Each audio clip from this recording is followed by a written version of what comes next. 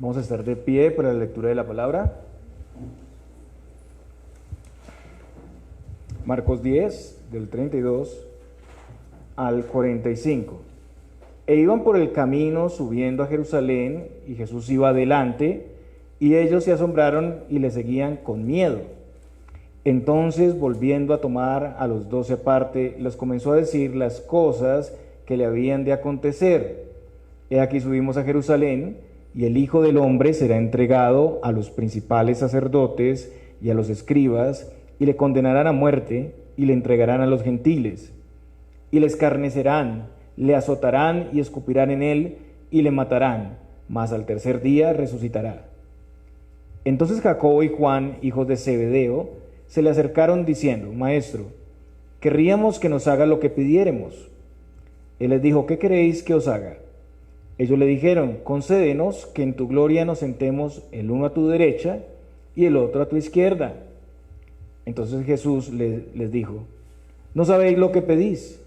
¿Podéis beber del vaso que yo bebo o ser bautizados con el bautismo con que yo soy bautizado? Ellos dijeron: podemos. Jesús les dijo: a la verdad, del vaso que yo bebo beberéis, y con el bautismo con que soy bautizado seréis bautizados. Pero el sentaros a mi derecha y a mi izquierda no es mío darlo, sino a aquellos para quienes está preparado. Cuando lo oyeron los 10, comenzaron a enojarse contra Jacobo y contra Juan. Mas Jesús, llamándolos, les dijo: ¿sabéis que los que son tenidos por gobernantes de las naciones se señorean de ellas, y sus grandes ejercen sobre ellas potestad? Pero no será así entre vosotros, sino que el que quiera hacerse grande entre vosotros será vuestro servidor. Y el que de vosotros quiera ser el primero, será siervo de todos. Porque el Hijo del Hombre no vino para ser servido, sino para servir y para dar su vida en rescate por muchos. Oremos. Amado Padre, bendice la predicación de tu palabra.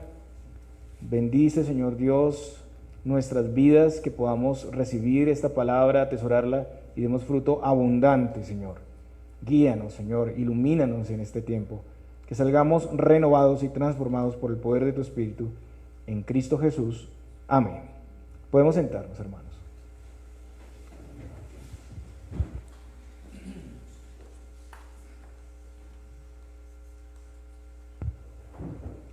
Muy bien, seguimos la exposición consecutiva de la palabra de Dios, como cada domingo. Este es el sermón número 40 de nuestra serie del libro de Marcos.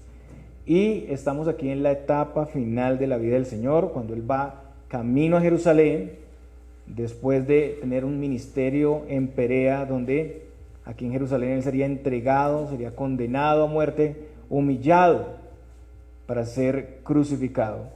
Y junto con la multitud tenemos aquí a los discípulos que sinceramente siguen al Señor, pero que no entienden muy bien las cosas y se siguen resistiendo a la idea de un Mesías rey que debe morir y que va a resucitar. Eso para ellos es incongruente. Ellos más bien contemplan la idea de ir a Jerusalén, pero ir a reinar. Ellos piensan en un Mesías militar, un Mesías político que les va a liberar de la opresión de Roma y de las naciones alrededor.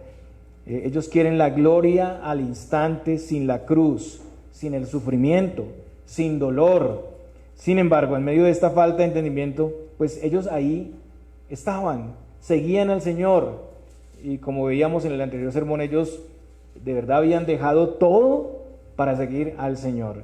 Ellos iban siguiéndole como ovejas al pastor, caminando por esa senda, ese camino estrecho que conduce a la vida. Entonces, hermanos, el día de hoy vamos a ver el tercer anuncio del estado de humillación del Señor. Vamos a hablar sobre su ministerio como el siervo sufriente en nuestro favor, que viene a rescatarnos, a redimirnos de nuestros pecados.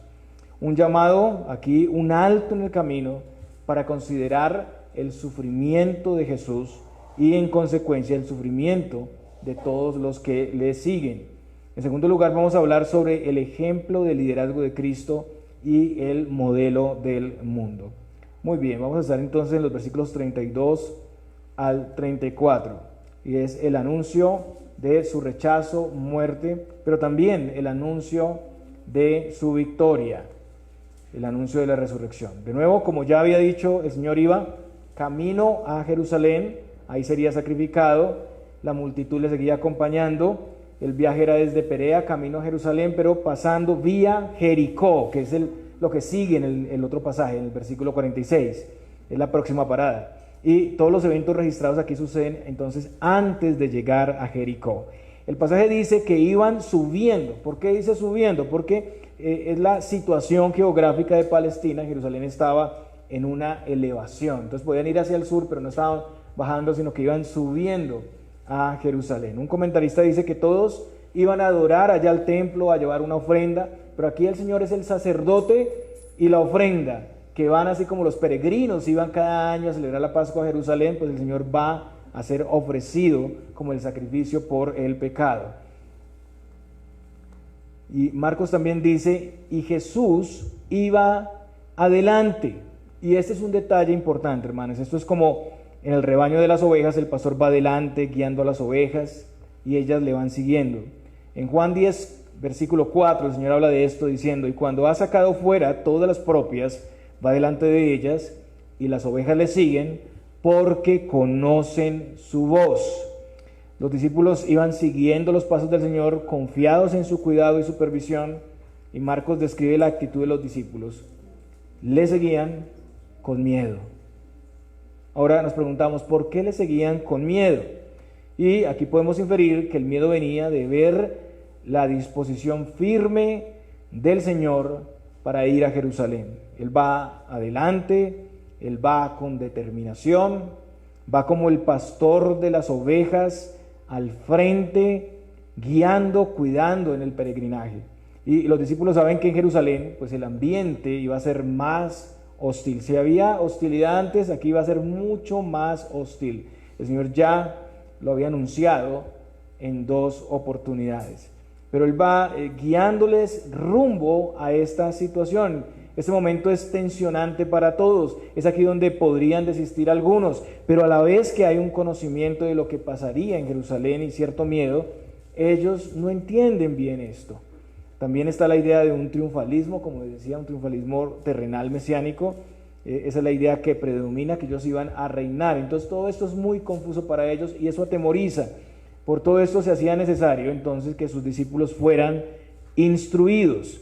Y en determinado momento del recorrido el Señor toma a los 12, los separa de la multitud y les instruye sobre el futuro. El Señor anuncia esto especialmente aquí a los 12. Este mensaje era el mensaje que ya se había dado, pero aquí se amplía. El mensaje había sido dado en Marcos 8:31, ustedes pueden verlo en sus Biblias. También en Marcos 9:31, ahí también se hablaba de esta obra que el Señor haría. El Hijo del Hombre sería entregado en manos de hombres y le matarán, pero después de muerto resucitará el tercer día. Entonces, aquí se habla del Hijo del Hombre, que sería entregado a los principales sacerdotes y los escribas, que ellos le condenarían. Y eso es particular, porque es aquí donde empieza a hablar ya de un juicio en el que el Señor sería condenado. Y en ese juicio, pues estos principales son el Sanedrín, el tribunal supremo de los judíos. Recordemos que Caifás era el sumo sacerdote, aunque Anás, suegro de Caifás, todavía participaba en el gobierno. Entonces ese tribunal supremo de Israel iba a ejecutar un juicio para condenarlo a muerte. Noten que el Señor anticipó todo esto. También dice que le entregarían a los gentiles, y esto tiene que ver con los romanos, quienes ejecutarían el juicio. Recordemos que los judíos no podían ejecutar una sentencia de muerte sin autorización o hacerlo ellos mismos, y menos la muerte de la cruz. La forma en que ellos ejecutaban era por lapidación, pero este tipo de muerte solamente era dada por los romanos. Los romanos eran los que ejecutaban esa tortura. Entonces Jesús fue entregado a Pilato, y también recordemos que fue llevado ante Herodes, y Herodes se burlaba de él, que es el siguiente escenario: escarnecido, burlado, por decirlo así. También él fue azotado y fue escupido, y le matarían, pero resucitaría al tercer día. Este ha sido entonces el anuncio más completo hasta el momento que ha dado el Señor sobre el estado de humillación de Cristo. El Señor dio esos detalles tan precisos de lo que iba a pasar en el plan de Dios. Y el Señor, conociendo todo esto, conociendo su muerte, seguía firmemente la voluntad de su Padre. Él venía a cumplir el pacto de redención por los elegidos. El Señor avanzaba a Jerusalén conociendo lo que le esperaba, pero siguiendo la voluntad de Dios. Él iba como nuestro sustituto, como el cordero que sería llevado al matadero para recibir la ira de Dios en nuestro lugar. Sus palabras y acciones al caminar con determinación comunicaban mucho para todos. Ellos necesitaban escuchar continuamente, comprender sobre la necesidad de esta salvación, sobre el costo que tendría. No necesitamos buscar el reconocimiento según el mundo o el éxito según el mundo. La necesidad más grande que tenemos es la salvación. Y digo esto porque esto era lo que había en los corazones de los discípulos, al parecer, lo que vemos en el desarrollo del texto. Nosotros estábamos perdidos, condenados a muerte en delitos y pecados, y Cristo vino a rescatarnos. Él, siendo justo y santo, sería tratado como un delincuente, sería rechazado, humillado de la manera más vil, sería maltratado y crucificado hasta morir. El justo por los injustos. El Señor vino para rescatar a su pueblo. Al final del pasaje vemos esto, la palabra redención, que quiere decir precisamente pagar la demanda que la ley exige. Se redime algo cuando se paga su valor total para poder poseerlo. Es el pago de un rescate. Eso estaba relacionado con la tierra en el Antiguo Testamento, con el año de jubileo, un momento para recuperar la tierra, para redimirla y volverla a su propietario. Cuando Dios salva al hombre, lo está redimiendo, rescatando lo que es suyo por derecho. Así como el pueblo de Israel en el libro del Éxodo había caído en manos ajenas y era redimido por Dios para ser propiedad suya, así el hombre que ha caído en manos de Satanás en el pecado es redimido por su Creador, a quien le pertenece por derecho. El concepto de redención implica también un precio, alguien debe pagar. Romanos 3:24 dice, siendo justificados gratuitamente por su gracia mediante la redención que es en Cristo Jesús. En la persona de Jesucristo, Dios pagó el precio más alto posible para la redención de los suyos. El costo más alto que se puede pagar con su vida, con su sangre. En segundo lugar, los discípulos necesitaban un alto en el camino. Ellos, igual que nosotros, necesitamos constantemente conocer las implicaciones de seguir a Jesús. Todos nosotros también debemos saber que la vida de Cristo fue una vida de sufrimiento a nuestro favor, y que seguir las pisadas de Cristo implica persecución, implica dificultad, pero al final hay victoria. Hay otros caminos que las personas pueden tomar. El cristianismo de muchos movimientos hoy no sigue esta senda estrecha, no le gusta. Se enfocan en la grandeza, en el poder, en la prosperidad terrenal, en la superstición. La tendencia es evitar todo lo que produzca dificultad y dolor, como enseña el hedonismo, ¿no? Que es la vida en términos de dolor y placer. Si me da beneficio y placer, lo tomo, si no, lo dejo. El Evangelio nos desafía a examinar si tenemos lo suficiente para seguir a Cristo en ese camino. Muchos quieren a Cristo, pero no pueden soportar la vida cristiana. No soportan los procesos, no soportan la restauración, no soportan la sujeción, la autoridad. No quieren seguir a Jesús por las sendas que Él mismo ha trazado para su pueblo. Y según vemos en Lucas, los discípulos no asimilaban las implicaciones de las palabras del Señor. No lo entendían. Lucas 18:34. Dice Lucas 18:34, pero ellos nada comprendieron de estas cosas.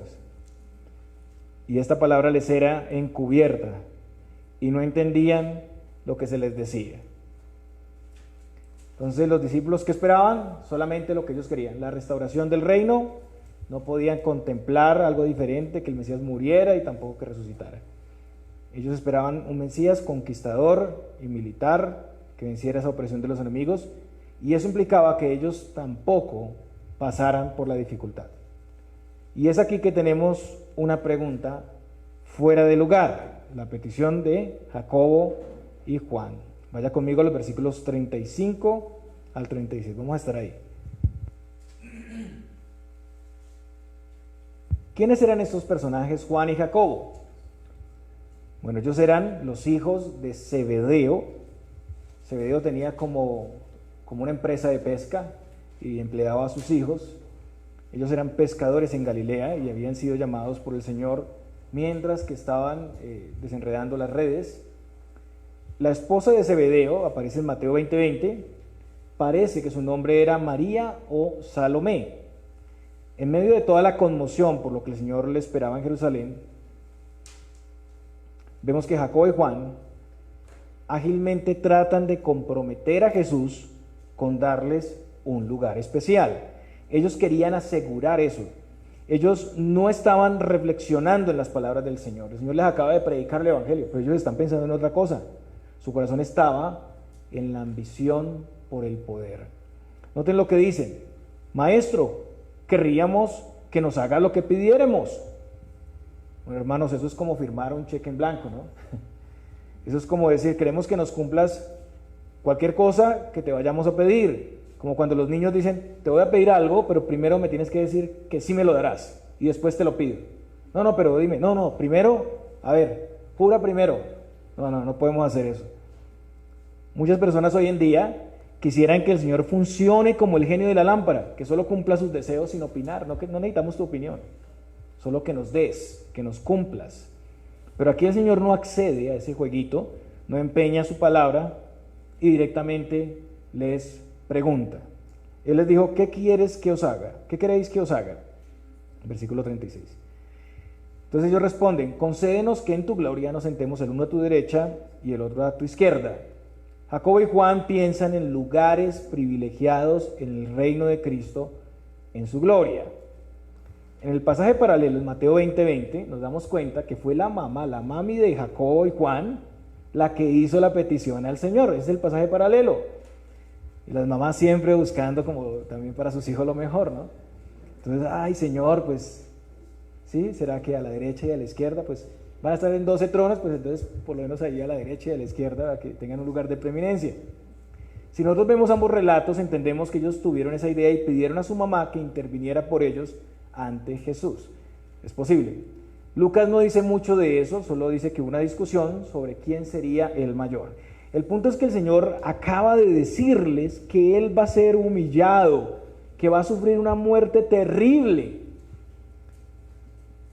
De nuevo, ellos están anticipando los beneficios, incluso los privilegios, antes de experimentar el sufrimiento y la abnegación.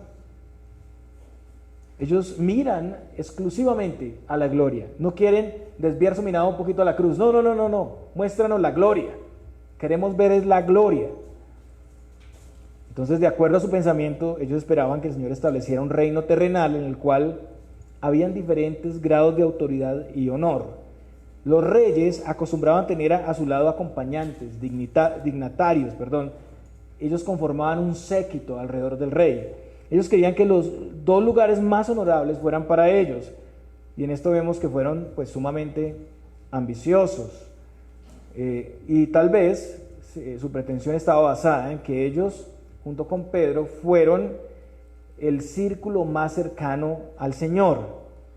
El Señor los llevó aparte en momentos gloriosos, como la sanación de la hija de Jairo. Los llevó aparte también en la transfiguración. Solo Pedro, Jacobo y Juan estuvieron ahí con él. Entonces ellos pudieron pensar que si el Señor los sacaba aparte, pues tenían un lugar privilegiado, ¿cierto? Entonces, pues vamos a estar en un lugar adelante, ¿no? Tenemos razón para pedir lugares especiales. Y también es posible que había cierto parentesco con Jesús, con María. La mamá de ellos, que era Salomé, parece que era hermana de María, la madre de Jesús. Y es posible que pudiera tomar en cuenta esa cercanía. Bueno, somos como primos, somos como familiares, entonces ahí un poquito de nepotismo. Puedes ponerlos ahí al lado mío para darme ese lugar a mí de poder al lado tuyo. Ellos pensaron que si solo pedían eso, tendrían mayor derecho que los demás. Entonces, en esto no promovieron a los demás, sino que ellos se promovieron a sí mismos. Sin embargo, debemos decir, hermanos, que no todo es malo. Ellos por lo menos reconocían el lugar de Cristo como Rey, como Mesías. Ellos esperaban la restauración que traería el Señor. Ellos, aún con su forma de pensar, no desestimaron a Jesús por no tener dónde recostar su cabeza, por ejemplo, que era humilde, sencillo, por ser un obrero de Nazaret, o no ser de la élite de Israel. No dijeron, no, pues el Mesías tiene que ser de la élite, por tener oposición de los mismos judíos y los más cercanos. Eso no fue una razón para que ellos dejaran de seguirle. Ellos, con excepción de Judas, creían sinceramente en el Señor, solo que tuvieron pretensiones por encima de los demás, querían lugares más privilegiados y vieron la oportunidad y se adelantaron a pedir eso. Hermanos, los lugares de privilegio, de poder, los ministerios más visibles son siempre los más anhelados y codiciados. No está mal ser llamado y puesto en un lugar especial, pero el punto aquí es que ellos solo ambicionaban el poder, no el servicio, la grandeza y no el sacrificio abnegado en favor de otros y para amar a otros. Ellos no estaban buscando dar, sino recibir. ¿Y cuál fue la respuesta de Jesús? ¿No sabéis lo que pedís? ¿Podéis beber del vaso que yo bebo o ser bautizados con el bautismo con que yo soy bautizado? La respuesta del Señor muestra que la petición está mal. El Señor les muestra lo que pueden hacer: beber del vaso que Él bebe o ser bautizados con su bautismo. ¿Qué significa eso? Son dos metáforas hebreas.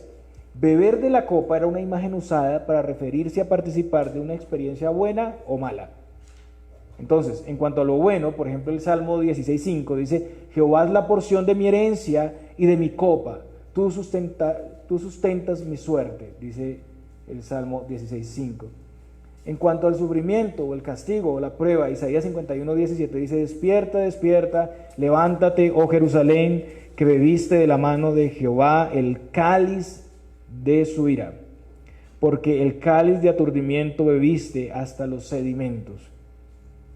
Beber del vaso o copa es beber el trago amargo y alude a una dura prueba que vendrá.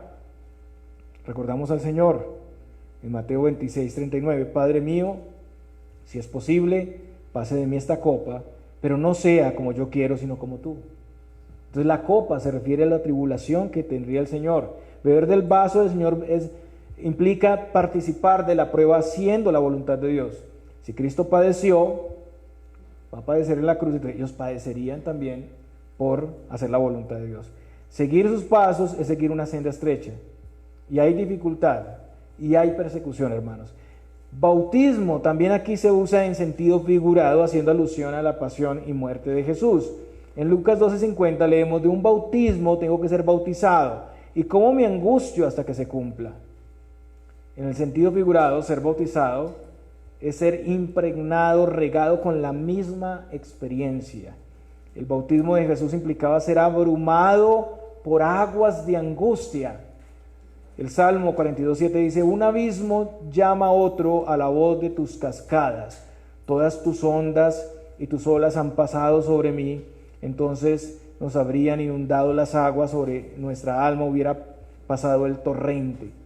Pues Cristo, como sustituto, se dirigía para asumir el sufrimiento en el lugar de su pueblo, satisfaciendo la ira de Dios. La ira de Dios sobre él iba a estar como este bautismo, ¿no? Esta es una diferencia entonces aquí con sus seguidores, que Cristo estaba satisfaciendo la ira del Padre, pero en el caso de los seguidores, ellos son partícipes en los pasos de Jesús, pero no de una manera redentiva, sino también como evidencia de su fe. La pregunta para Jacobo y Juan era si estaban dispuestos a seguir al Señor, enfrentando todas las consecuencias del sufrimiento y angustia necesarias de vivir conforme a Él. Y es una pregunta también para nosotros hoy en día, hermanos, si estamos dispuestos a vivir para el Señor, porque la vida cristiana tiene sus dificultades, hay bendiciones acompañadas de tribulaciones en alguna medida. ¿Y cuál fue la respuesta? Ellos dijeron: podemos, ¿sí? Podemos. Bueno, en esto también había muchas madres, todavía no entendían muchas cosas. Pero esto es positivo. Jacobo y Juan estaban dispuestos a ser leales a su maestro con todas las implicaciones que eso representaba. Jesús le dijo: a la verdad, del vaso que yo bebo beberéis, y con el bautismo con que soy bautizado seréis bautizados. ¿Qué está diciendo el Señor aquí? Está confirmando la persecución que les vendrá. Recordemos que Jacobo fue el primero de los apóstoles en sufrir el martirio.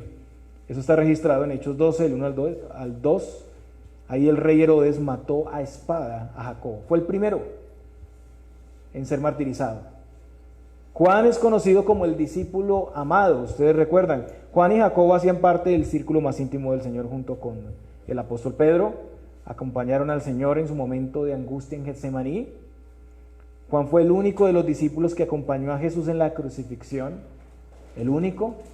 Juan sirvió en Asia Menor, siendo Éfeso el lugar más importante en su ministerio.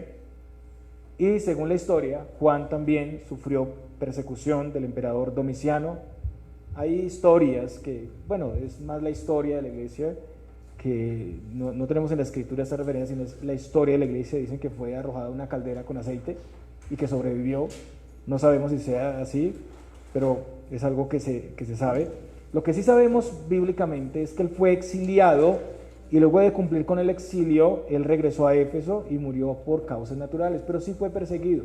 El exilio fue también fruto de la persecución por la predicación del Evangelio. Ellos pasaron por todas esas situaciones que resultaron de servir a Cristo, de anunciar su nombre.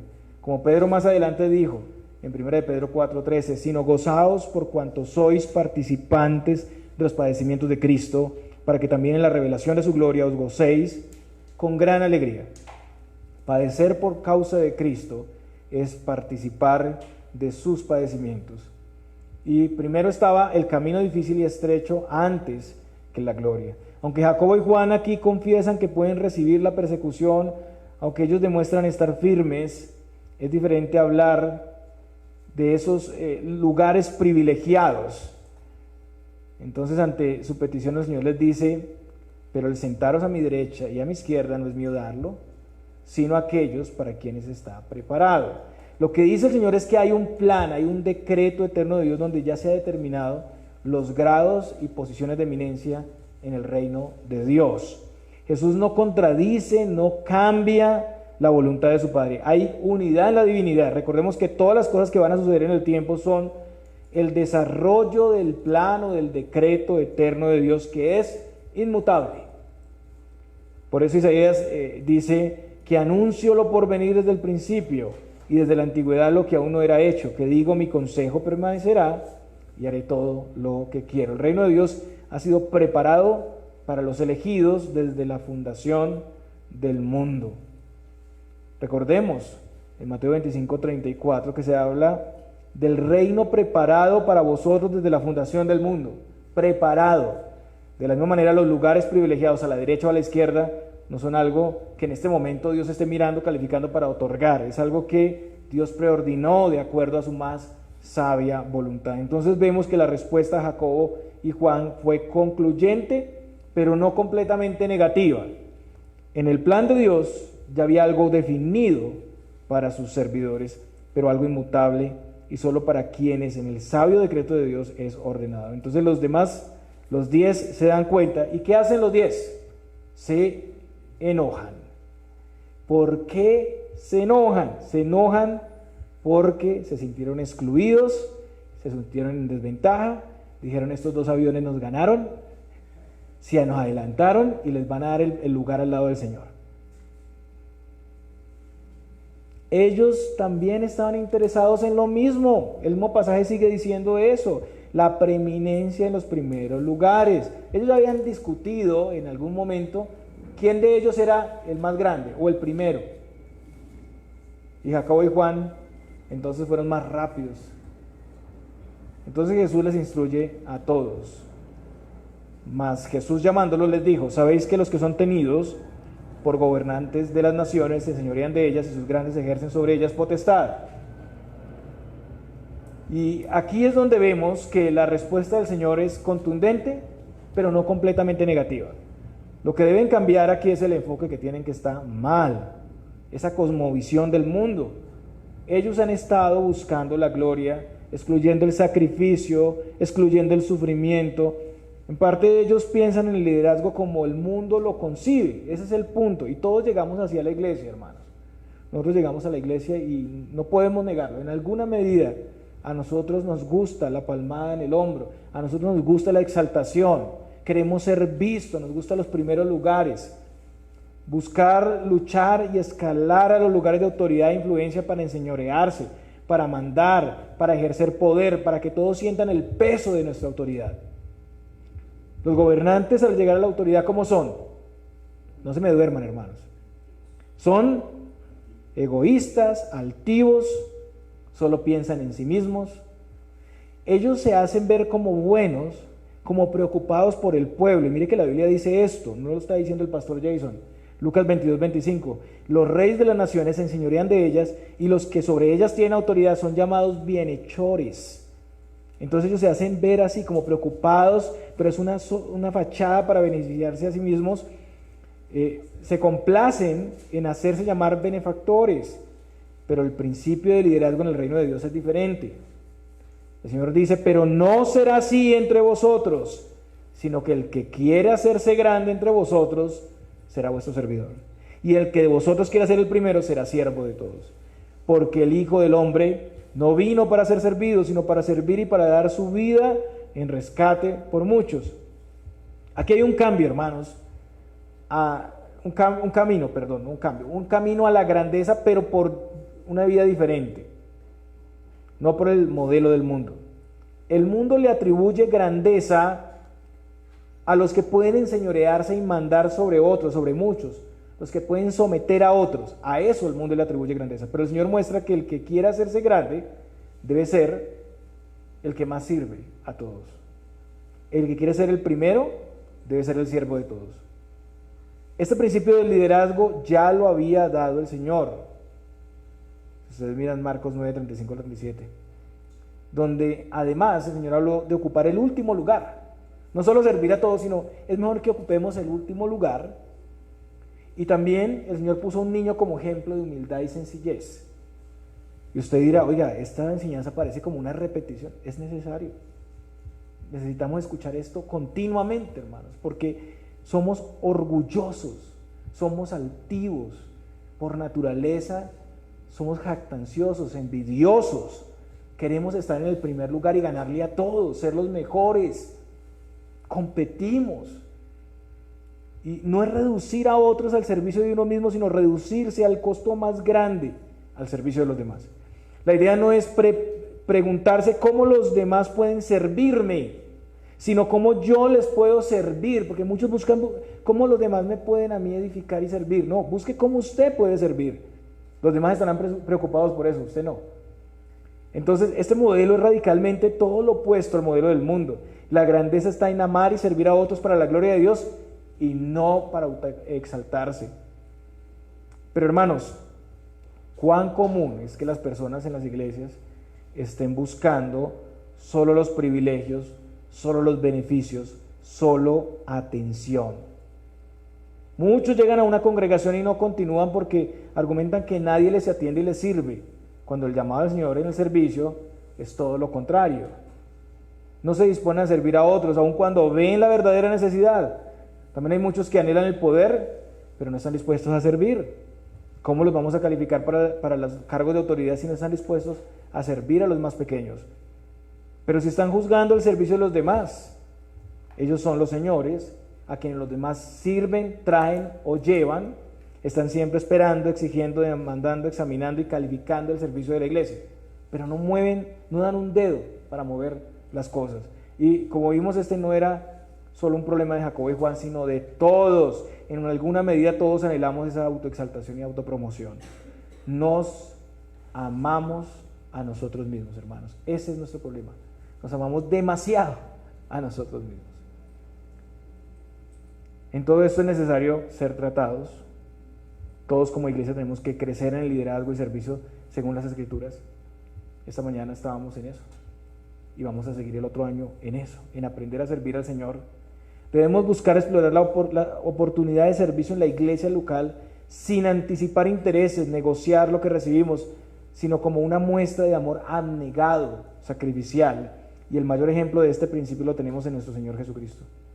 El Señor, siendo el más grande de todos, el Dios trascendente, todopoderoso, digno de toda gloria, se humilló, se hizo carne y no vino para ser servido cuando lo merecía. Fácilmente pudo traer una legión de ángeles para que le sirvieran, para que le hicieran todo, pero Él vino para servirnos.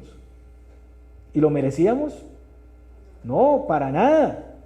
Él, quien tiene todo el derecho de ser servido por siempre, se despojó de su ambiente de gloria, se humilló, se hizo pobre y fue el varón de dolores en nuestro lugar, y su servicio implicaba una muerte cruenta, la muerte de cruz, para rescatarnos. Él se sacrificó voluntariamente, nadie lo obligó, Él entregó su vida, nadie tomó su vida, Él la entregó como rescate, como el pago al Padre, que sacrificó todas sus demandas.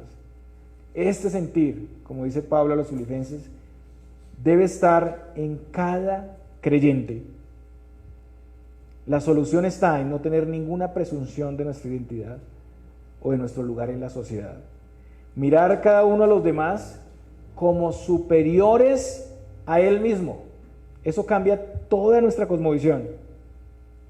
Ser humildes, humillarnos, lavar los pies de los hermanos, ser obedientes a la voluntad de Dios.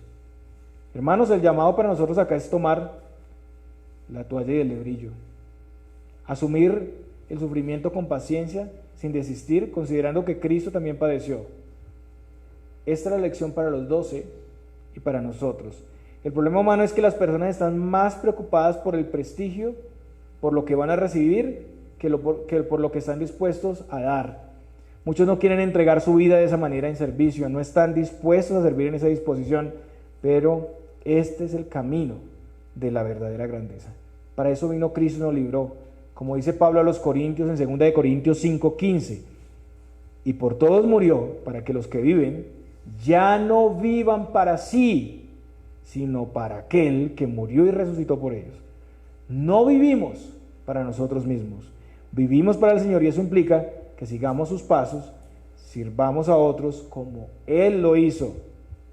En conclusión, hermanos, examinemos si estamos sirviendo en la iglesia o hemos dejado nuestra labor a otros. Si buscamos el servicio a nuestro acomodo y evitamos las verdaderas necesidades de servicio en la iglesia. Pensemos si hemos rechazado el servicio al Señor para ocuparnos en nosotros mismos, porque siempre hay un reemplazo, hay algo por lo que estamos cambiando ese servicio al Señor. Y ahí nos daremos cuenta quién está en el trono realmente. Pensemos cómo los demás reciben ese servicio. ¿Qué dicen las personas? ¿Qué dicen los hermanos de nuestro servicio? Si usted no lo sabe, vaya y pregúnteles. Haga el intento, anímese, vaya y pregúnteles, porque eso es para su edificación.